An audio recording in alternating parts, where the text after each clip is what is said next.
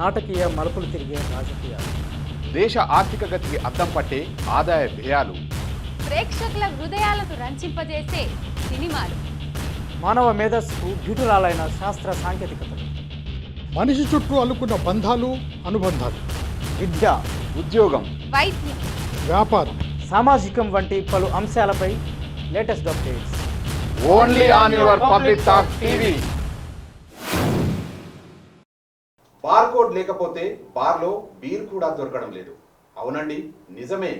Barcode మన daily లైఫ్లో అత్యంత ప్రాముఖ్యమైన నిత్యావసరంగా మారిపోయింది.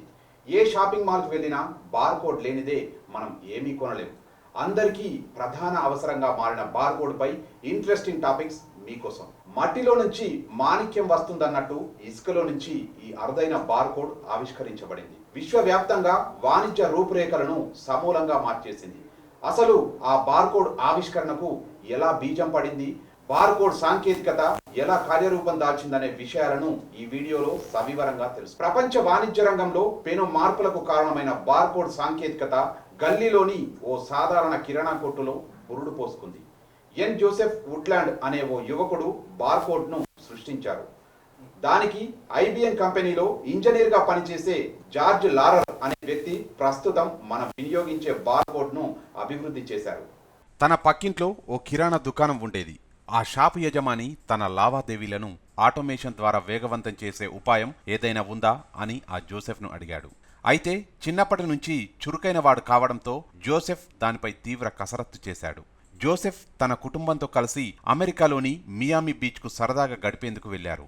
అక్కడ సరదాగా ఆడుకుంటుండగా జోసెఫ్ చేతివేళ్ల ముద్రలు బీచ్లోని ఇసుక మీద పడ్డాయి. ఆ ముద్రలను చూడగానే ఆయన మెదడు 1000 కిలోమీటర్ల స్పీడ్తో పరిగెత్తింది. అప్పుడే బార్కోడ్ ఆలోచనకు కార్యరూపం దాల్చేందుకు ఆ సంఘటన నాంది పలికింది. ఇదిలా ఉంటే జోసెఫ్ బార్కోడ్ రూపొందించిన తర్వాత కాలగమనంలో ఎన్నో మార్పులకు లోనైంది. బార్కోడ్ అందుబాటులోకి రాకముందు ఒక సందేశాన్ని పంపేందుకు మోర్స్ కోడ్లో చుక్కలు, డ్యాష్లను ఉపయోగించేవారు.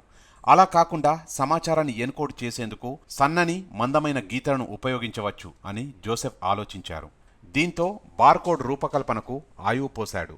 మన్హటన్ ప్రాజెక్టులో భాగంగా అణుబాంబు అభివృద్ధి చేసే టీంలో కూడా జోసెఫ్ పనిచేశారు. ఇదిలా ఉంటే జోసెఫ్ సృష్టించిన ఆ వృత్తాకార చారల స్కానింగ్ చేసే సాంకేతికత ఏళ్లు గడిచే కొద్దీ మరింత మెరుగవుతూ వచ్చింది.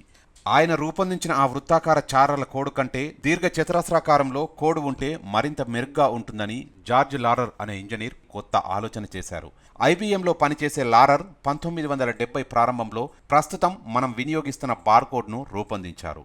కంప్యూటర్ ప్రింటర్తో వృత్తాకార చారల కంటే నిలువు గీతలను సులువుగా ప్రింట్ చేసే వీలుంటుందన్నది ఆయన ఆలోచన. లేజర్లు, కంప్యూటర్లతో పనిచేసే ఒక సాంకేతిక వ్యవస్థను ఆయన అభివృద్ధి చేశారు. అవి సంచుల మీద వేసిన కోడ్ను అది అత్యంత వేగంగా స్కాన్ చేసింది. 1974లో అమెరికాలోని ఒహయోలో ఉన్న మార్ష్ సూపర్ మార్కెట్లో తొలిసారిగా చూవింగ్ గమ్ను బార్కోడ్లో అమ్మారు. ఖర్చును, సమయాన్ని తగ్గించే సాంకేతికతగా ఆ సాంకేతికత ప్రపంచవ్యాప్తంగా విస్తరించింది. ఇప్పుడు వీధుల్లోని చిన్న కిరాణా కొట్టు మొదలుకొని ఎక్కడికెళ్ళినా ఏ వస్తువు చూసినా బార్ కనిపిస్తుంది. అయితే ఫ్రెండ్స్, ఈ స్టోరీలో బాధాకరమైన విషయం ఏంటంటే జార్జ్ లారర్ 2019 డిసెంబర్ 5న 94 ఏళ్ల వయసులోనే నిండా 100 ఏళ్లు కన్నుమూశారు. అయితే ఫ్రెండ్స్, ఈ స్టోరీలో బాధాకరమైన విషయం ఏంటంటే జార్జ్ లారర్కు 2019 డిసెంబర్ 5న 94 ఏళ్ల వయసులోనే నిండా 100 ఏళ్లు నిండాయి. జార్జ్ లారర్ మన మధ్య లేనప్పటికీ ఆయన ఆవిష్కరించినటువంటి బార్కోడ్ సాంకేతికత ఆయన రూపంలో ఇప్పటికీ మన మధ్య కొనసాగుతూనే ఉంది. హాయ్ అండి, నేను మీ Gemini Suresh. Hello, this is అక్సహాన్. హలో, నేను మీ జబర్దస్త్ ముక్కా వినాష్. హాయ్, హలో, నేను కామెడియన్ కుమార్ స్వామిని. Hi, hello, this is Phani Kauluri. Hi, this is పండు.